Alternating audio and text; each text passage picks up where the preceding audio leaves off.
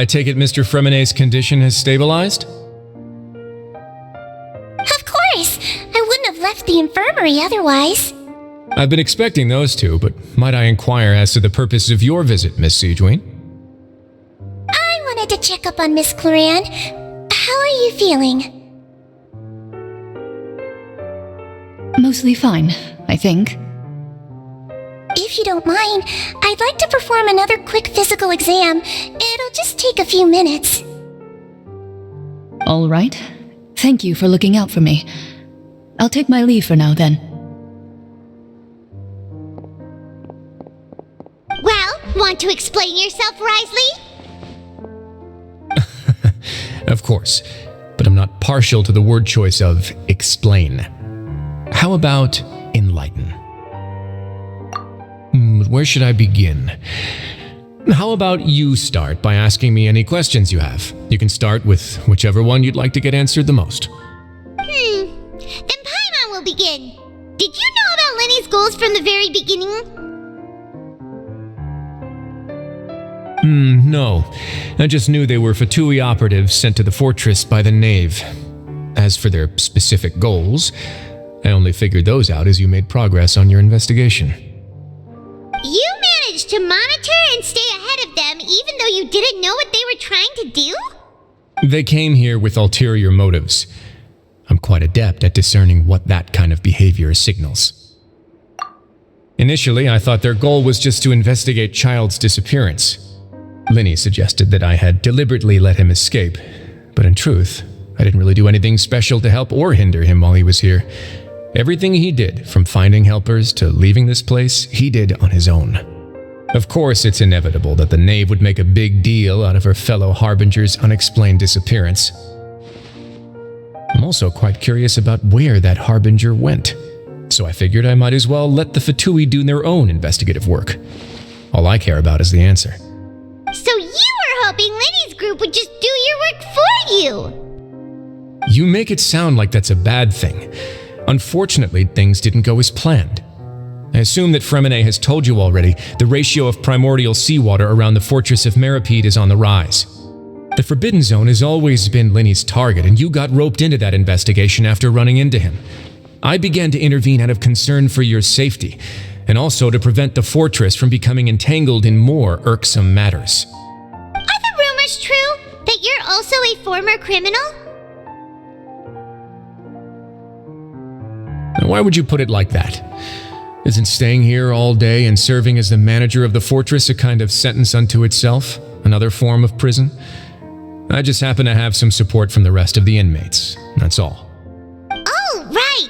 Paimon wanted to ask, who invited Cloran down here? Me, of course. I paid her good mora to come down to the fortress for some field work. As a champion duelist, Miss Cloran could be considered to be an independent party. I needed to find an exceptionally capable person to help me get through the impending crisis. And saving Fremonet was part of that crisis? You can think of it like that, yes.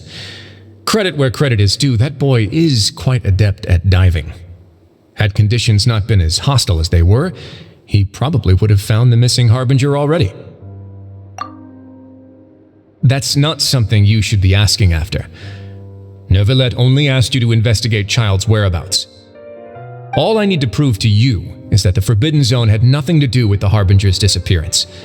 That should be clear now that you've spoken to Fremonet. But we've already uncovered that there's something wrong with the infirmary, and we've answered a bunch of questions that you threw at us. Isn't it about time that you answer our last question in return? You make a compelling case. Do you really want to know the answer that badly? Yeah, Paimon really wants to know! Even if the truth may not be pleasant? Follow me.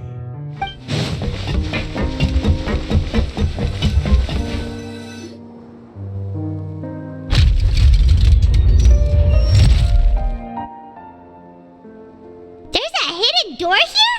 And a whole basement behind it? Huh. You're pretty good at hiding stuff, Risley.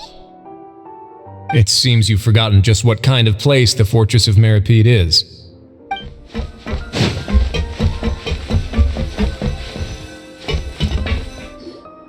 Stand on the central plate. Wait, is there a secret mechanism?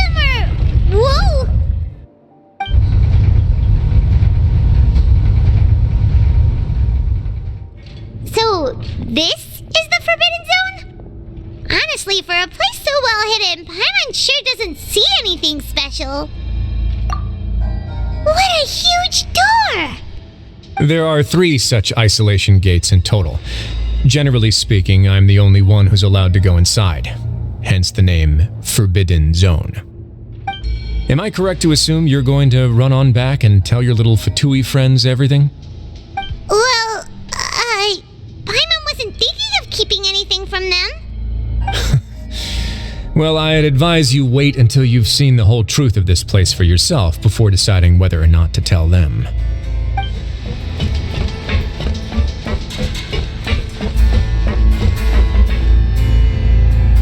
Huh, so there's a switch on the side. Stand back.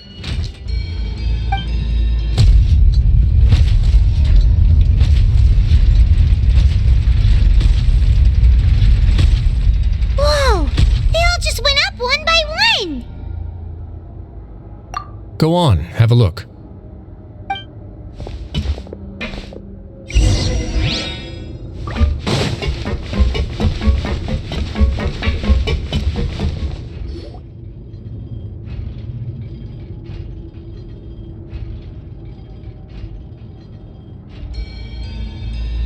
I've been interested in what lies beyond that gate ever since I assumed leadership of the Fortress of Meripede. Of course, it would be unwise to recklessly open it, but it'd also be risky and negligent to simply ignore any potential danger that could be behind it. The readings on that dashboard have not budged since the day when I first laid eyes on this place. But over the past year, the needle has crept upwards from its original position, likely because some parameter it's been tracking has changed, if only infinitesimally. Normally, I would have ignored it, but I happened to have some free time when I noticed it, so I investigated. Any guesses what the reading could be tracking?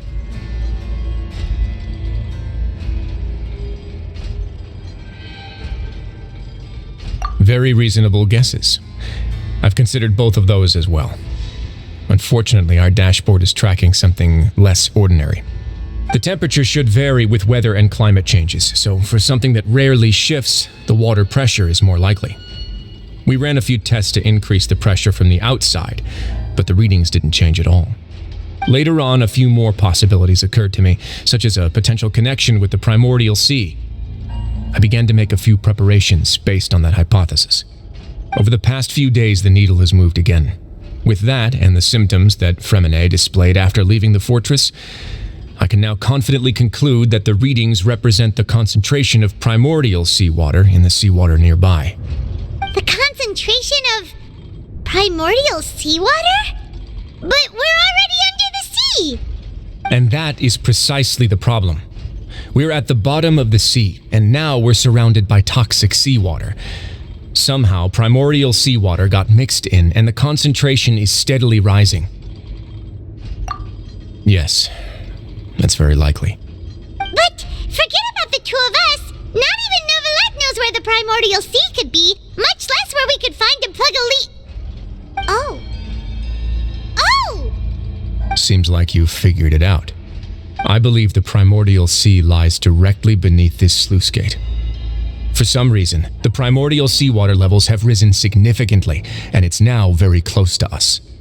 The indicators are now red. Although the gate still stands, some primordial seawater has already leaked out and mixed into the sea around us. If this continues, soon it will no longer be able to hold back the primordial sea at all. Yeah, you know what the legends say. If this place falls, then everyone in Fontaine will be turned into puddles in the span of a night. But that's just too weird! Why would the Fortress of Meripede be built right above a sluice gate for the primordial sea? Who built this place anyway? Your expression tells me you think this might be part of a vast, complicated conspiracy. To be honest, you might find the actual answer may be exceedingly boring. It's just that the secret of the Forbidden Zone had been long forgotten by the nation before I rediscovered it with my research. There's no single founder of the Fortress of Meripede in any traditional sense. What we know about its history has been left to us by the people who used to live here. When the previous Hydro Archon Egeria ruled the land, all convicted criminals from Fontaine were exiled. The people drove the criminals away like a wolf pack chasing away the banished. The criminals received no sympathy of any kind from the people. They were exiled to the desolate seaside, where they experienced only pain, struggle, and the bone-chilling cold. Some of them began to repent and prayed to the Hydro Archon, asking if there was still anything they could do. The Hydro Archon took pity on them and said, "You may go guard my secret, deep underneath the waves." And so, leaning on the power of the Hydro Archon, they gathered underneath the sea and began to build a fortress. They became a community down there in the deeps, and over the years helped it to grow. As the number of exiles increased, more and more people joined the community. When the first group of exiles died, they left the yet unfinished fortress to their successors. The Hydro Archon continued to lend her support, allowing the fortress and what it stood for to continue growing ever larger. Before long, this dark underwater fortress became the sinner's only home. And with that, the people here stopped referring to the fortress as a prison. They saw themselves as repenting sinners who would regain their freedom once they had sufficiently redeemed themselves. But as time went on, people also realized that the fortress was a lonely place. Once they had gotten used to life here, they could no longer feel comfortable living in the overworld. Once they had finished serving their sentences, some people left and some others chose to stay. They'd find some idle position and let their withered souls fade away with the ancient secrets of the past. After many, many centuries, few people still remember the reason for the fortress's founding. Now they just see it as an integral pillar of Fontainian society, as the place where criminals deserve to be sent. Now and again, researchers manage to break one law or another and live out their days in the fortress. I learned all this from an elderly historian. Everyone else just thought he'd made it all up. But now you know every part of that history is true. Indeed. That's just as the prophecy says. If this gate fails, then everyone will be dissolved into the sea. To be frank, not really. But sadly, that hasn't stopped this prophecy from proving all too accurate. Prophecies are troublesome things. Just hearing one will create the first wave of panic. Seeing signs of it will bring about the second, and actually witnessing it in real time, the third. Let's go somewhere else. I want to show you something. This is it. Your Grace, perfect timing. The results from our last round of experiments have... Wait, Jurier, he's not alone! Huh? Lorvine and Jurier? No need to panic, you two. I've already told them about our plan. What? After you warned us not to tell a single soul about any of this? I'm skeptical as well. Are you sure they are trustworthy?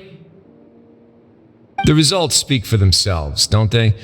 These two may already know more than you could ever imagine. All right then, if Your Grace insists. They seem harmless enough, so I'll trust them for now. Well, how about some reintroductions? This is Jurier, one of the highest-ranked researchers from the Fontaine Research Institute. He used to work under Edwin. I trust that you've heard of Edwin? He's the one who blew the whole institute sky high. Everyone knew he was a bit crooked in the head, but you're not local, so I guess it's possible for you not to have heard of him.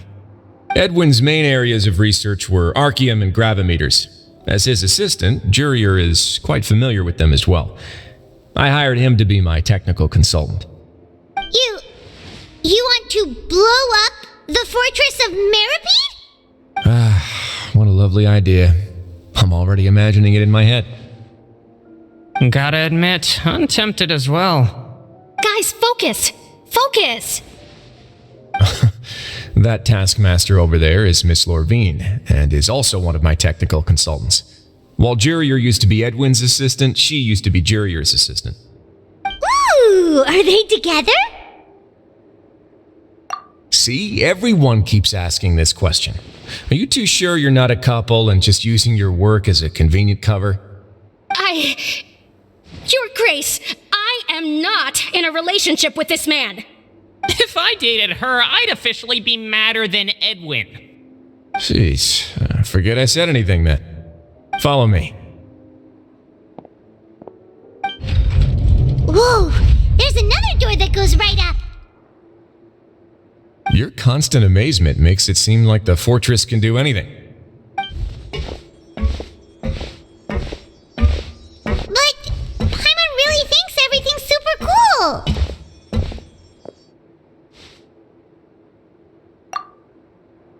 Well, let's spice it up a bit. And here you go.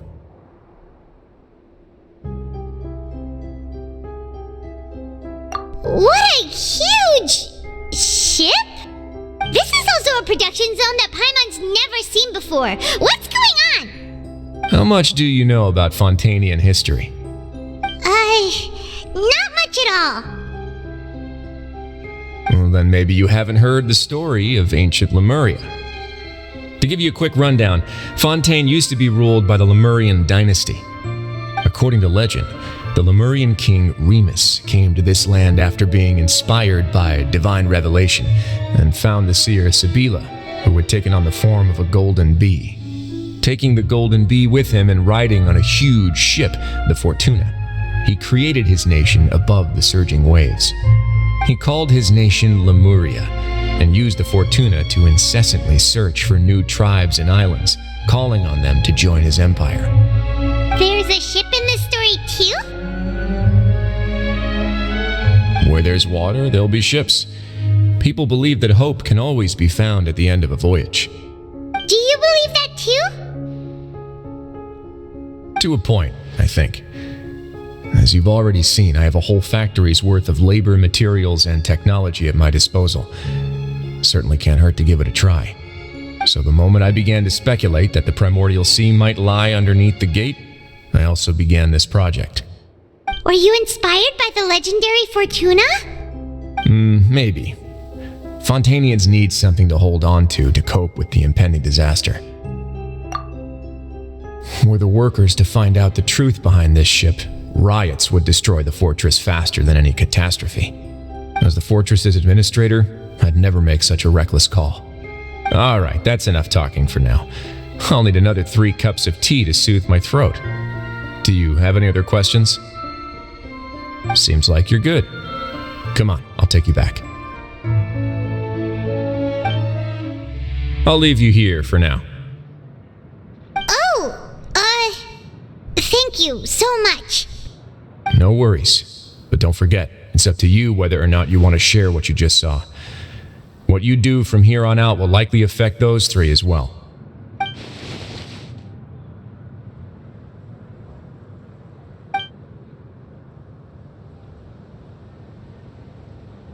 Yeah, we'll put a lot of thought into it for sure. Great. I look forward to what happens next. We're back! Welcome back. Do you want a cup of tea? How can you be so much like Risley, always drinking tea? Huh. Actually, now that you mention it, I just remembered something now. While I was sedated, I could still barely hear 2 people talking next to me. They were discussing everything, from the leaves to the water and even the teacups themselves. Must have been Risley and Seishween. Yeah, I heard 1 male voice and 1 female, so it should have been the 2 of them. They really were just talking about brewing tea. I really can't make sense of this place. So, Traveler, Paimon, were you able to learn anything from Risley? Yeah, he explained everything. Very well. Then, would you mind checking your answers against my speculations? Yeah, I took the time to rest, so I'm feeling a lot more relaxed now. Nobody else is around, and Miss Seishween is also busy with something or other, so let's just talk here. All right, then I'll posit my theories. I asked myself 3 questions.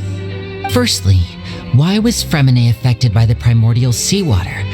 It was because he dove into the sea. My theory is, the long-lost primordial sea is probably very close to the fortress of Mirapede.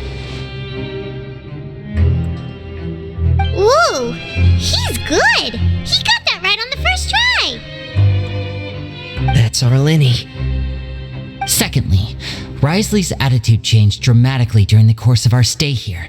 He ignored us completely at first, then suddenly roadblocked us. Why? I spent quite a long time thinking about this. If he has been monitoring the Fatui since the very beginning, he probably ignored us at first because he was hoping we could find Master Child for him. What's more, the Fortress of Meripede is not part of Fontaine's court system, nor does it report to Udex Nervulet. Risley is basically the king of a no-man's land. As long as the fortress doesn't do anything about Master Child's disappearance, Father can use it to pressure the Fontaine authorities. And while the two factions are pitted against each other, Risley will be free to move between the parties of interest. If I had to guess, he probably has something that he's working on himself. It's likely related to the secret of the infirmary, but I just can't think of what it could be. You're super smart! Thanks so much. Then finally, there's the last question. If Risley does have a plan, what could it be? All I know for now is that his plan probably has something to do with the changing nature of the seawater. He's even gotten Cloran to help him out. That can't be the full extent of what he's doing. There's probably a secret passageway behind the block in the infirmary, and there's something big in the fortress that most people here never get to see. He has a bargaining chip, and it could be important enough for Father to deal with him directly. I don't have enough information, so I have no idea what his chip might be. But let me guess.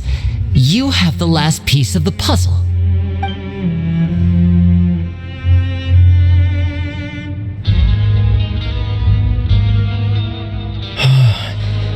I can't believe it.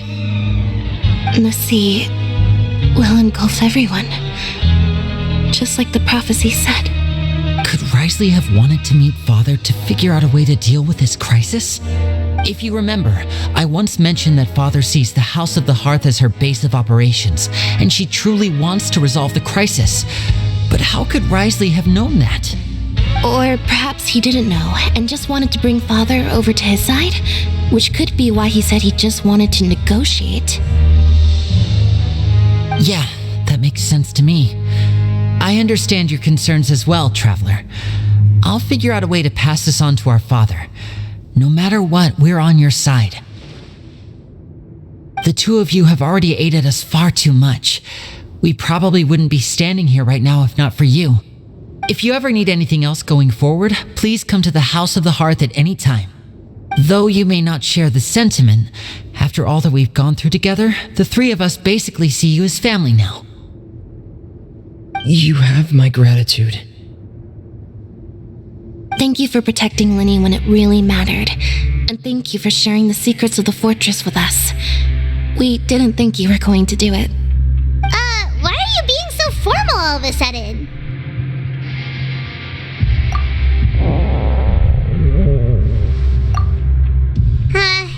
Paimon's hungry. Oh, you've done so much already. Go get some food. Alright, then we'll catch you guys another time.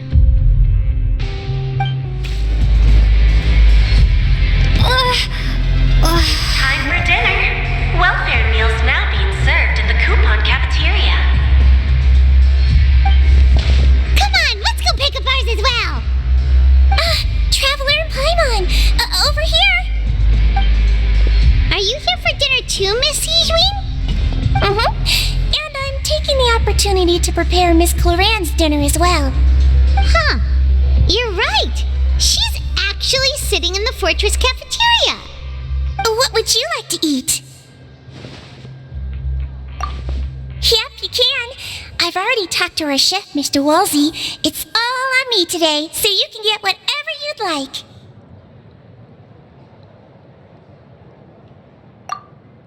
Me too! Don't forget Paimon! No problem. Just leave it to me.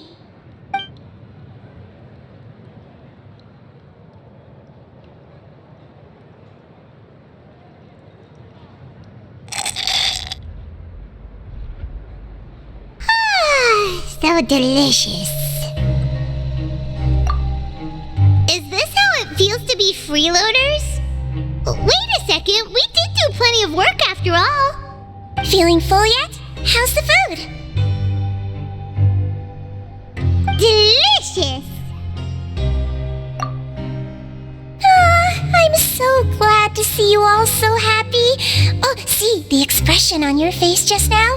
But the muscle here just moved, which suggests that you're feeling quite relaxed at the moment. Sigewin, do you do this to help your patients or to better understand human beings? A bit of both, I suppose. I'm a Melazine, which means I'm very different from human beings. I must know what you're thinking if I want to take good care of you.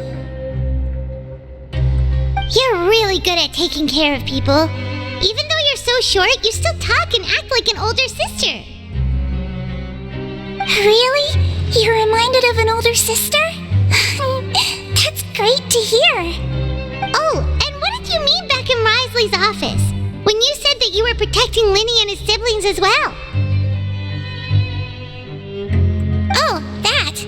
I just asked His Grace to look out for those children, especially that diver boy. I was getting a bit worried after hearing that something was wrong with the water. Thankfully, Glorand is very strong and managed to save him in the nick of time. His Grace also sealed the pipes after Glorand left, to make sure that Linny wouldn't impulsively chase after his brother. Although the path was blocked, we still stationed some guards there to stop anyone from approaching. They were instructed to only open the door once Miss Glorand had returned. Oh, and I was keeping an eye on Mr. Linny as well. We had to press him, but we couldn't allow him to be in any real danger. You were all super considerate and really thought everything through. It's just what we do down here at the fortress. At least this has been His Grace's style for as long as he's been the leader. Oh, I really wish Monsieur Nervula would come down here more often too. I feel like he'd like it here, with all the darkness and chaos.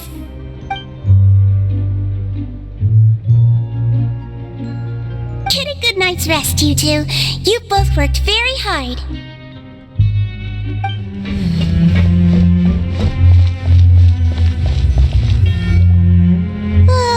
So much has happened.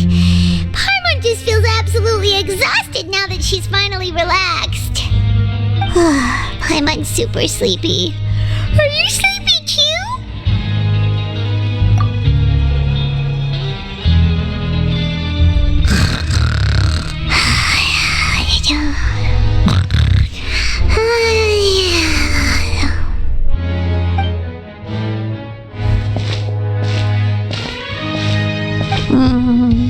Delicious. Paimon wants seconds for free.